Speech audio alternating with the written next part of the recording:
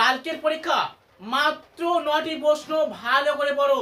কালকের পরীক্ষা তো কোনো চিন্তা করতে হবে না, মাত্র 9টি প্রশ্ন করো। একদম চাবুক সাজেশন দিয়ে দিচ্ছি, একদম A to Z প্রশ্ন কমন আসতে হবে, একদম চাবুক সাজেশন, একদম পরীক্ষায় আসবে হাতের মুঠোয় সমস্ত প্রশ্ন নম্বর। তাহলে লিখে নাও, তোমরা যা সেকেন্ড সেমিস্টারে পড়ছো, মাইনর সাবজেক্ট রয়েছে ইতিহাস সাবজেক্ট, অর্থাৎ পাশের সাবজেক্ট জেনারেল সাবজেক্ট, তোমাদের পরীক্ষা রয়েছে আগামী 23 তারিখে। 23 তারিখে পরীক্ষা, তোমাদের চিন্তা করছো, চিন্তা করতে হবে না, লিখে নাও প্রশ্নগুলি। একের দাগে প্রশ্ন লেখো, প্রশ্নের মান 10 এবং 5 একসাথে দিচ্ছি, লিখে নাও। এবং সাথে লাস্টে অতিরিক্ত প্রশ্ন দিয়ে দেবো, অতিরিক্ত প্রশ্ন শেষে দিয়ে দেবো। এখন চাবুক সাজেশন নাম্বার 1 সাজেশনটা লিখে নাও।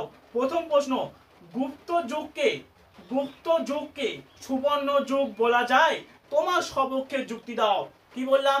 গুপ্ত যুগকে, ভালো করে শোনো, গুপ্ত যুগকে সুবর্ণ যুগ বলা যায়, তোমার সপক্ষে যুক্তি দাও। অথবা থাকতে পারে গুপ্ত যুগকে সুবর্ণ যুগ বলার কারণ কি, এমনটাও থাকতে পারে। পরবর্তী প্রশ্ন লিখে নাও। পরবর্তী প্রশ্ন করবে, সমুদ্রগুপ্তের সাম্রাজ্যবাদী নীতি আলোচনা করো।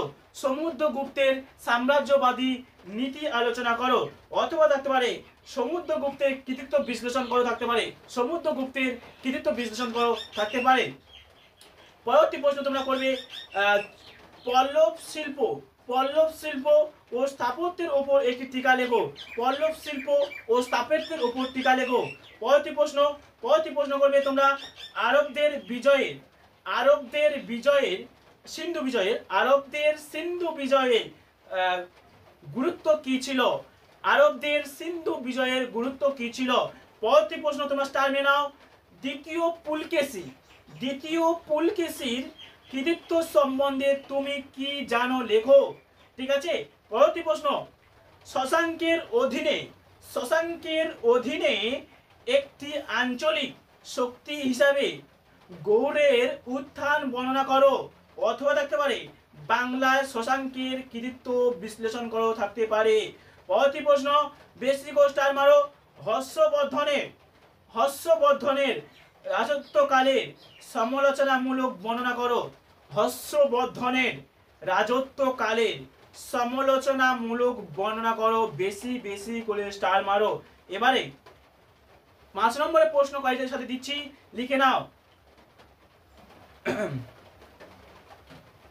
গজনভি ও ঘুড়ি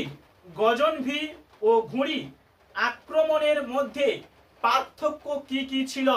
গজনভি ও ঘুড়ির আক্রমণের মধ্যে পার্থক্য কি ছিল? অথবা এই গজনভি থেকে প্রশ্নটি একটু ঘুরিয়ে থাকতে পারে, তোমরা একটু বুঝে লিখবে। আমি সেই প্রশ্নটা আবার বলছি, লিখে নাও। প্রশ্নটা কিভাবে থাকতে পারে, লিখে নাও। খ্রিস্টীয়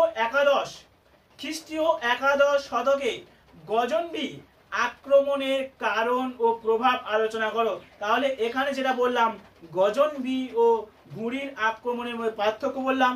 তাহলে আবার এখানে গজনভির যে করতে হবে তোমাদের কারণ প্রভাব, তেমনি ঘুড়ির ও কারণ প্রভাব করতে হবে। ঠিক আছে। পরবর্তী প্রশ্ন লিখে নাও। ভারতের তুর্কি আক্রমণের সাফল্যের কারণগুলি কি কি? ভারতের তুর্কি আক্রমণের সাফল্যের কারণগুলি কি কি? আগের বছরে ব্যর্থতা পড়েছিল, তাহলে এবছরের কারণটা ভালো করে পড়তে হবে। পরবর্তী প্রশ্ন, বেশি করে স্টার মারো। প্রথম ও দ্বিতীয় তরায়নের যুদ্ধের গুরুত্ব আলোচনা করো। পরবর্তী প্রশ্ন, গুপ্ত যুগের মন্দির স্থাপত্যের উপর নিবদ্ধ লেখো।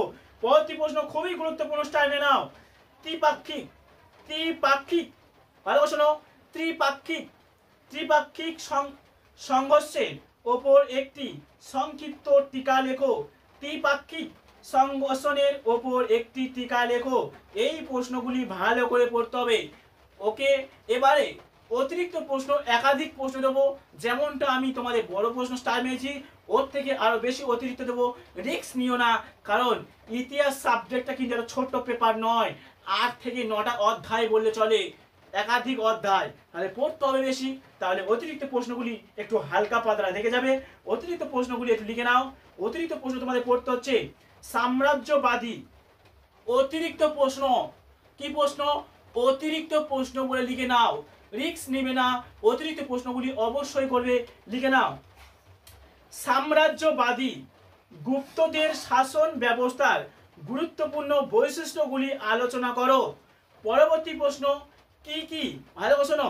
পরবর্তী প্রশ্ন কি কি দিক থেকে গুপ্ত প্রশাসন ব্যবস্থা মৌর্যদের থেকে পৃথক ছিল? পরবর্তী অতিরিক্ত প্রশ্ন,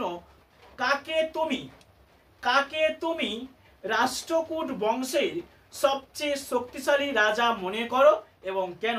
পরবর্তী প্রশ্ন, চোল সাম্রাজ্যের রাজা এবং প্রথম রাজেন্দ্র এর সময় দক্ষিণ ভারতের সামুদ্রিক কার্যকলাপ সম্বন্ধে একটি টিকা লেখো।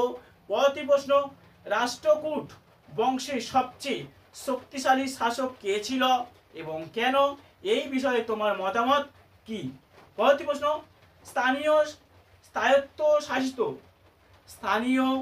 স্বায়ত্তশাসিত সরকারের উপর বিশেষ গুরুত্ব আরোপ করে চোল প্রশাসন সম্পর্কে টিকা লেখো। ভালো করে লিখতে হবে, ঠিক আছে। পরবর্তী তোমরা 5-এর জন্য অতিরিক্ত করবে, লেখো গুপ্ত সাম্রাজ্যের সামাজিক ব্যবস্থায় নারী এবং নিম্ন শ্রেণীর স্থান নিরূপণ করো। পরবর্তী প্রশ্ন লেখো গুপ্ত আমলে, কি বললাম, গুপ্ত আমলে অর্থনীতি বৈশিষ্ট্যগুলি তুমি কিভাবে চিহ্নিত করবে? পরবর্তী প্রশ্ন লিখে নাও, গুপ্ত বংশের ইতিহাসের উপাদান রূপে গুপ্ত যুগের মুদ্রার গুরুত্ব আলোচনা করো।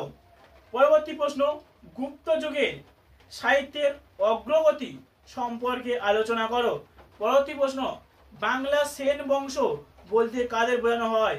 শেষ প্রশ্ন, খ্রিস্টীয় 7ম ও 8ম শতকের উপর ভারতের রাজপুতদের উৎপত্তি বিষয়ে তুমি কি জানো আলোচনা করো।